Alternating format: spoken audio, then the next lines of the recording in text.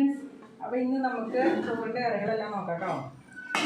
ഇപ്പം ഞാൻ കഴിക്കുന്നില്ല, അതുകൊണ്ട് ചോറ് ഇതേ വടിച്ചിട്ടുണ്ട്, അത് കഴിക്കുന്നില്ല കേട്ടോ.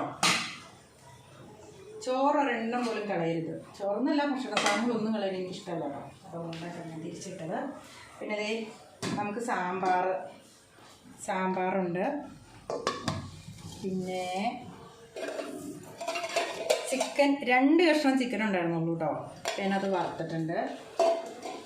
പിന്നെ നമ്മുടെ കോളിഫ്ലവർ വറുത്തതാണേ.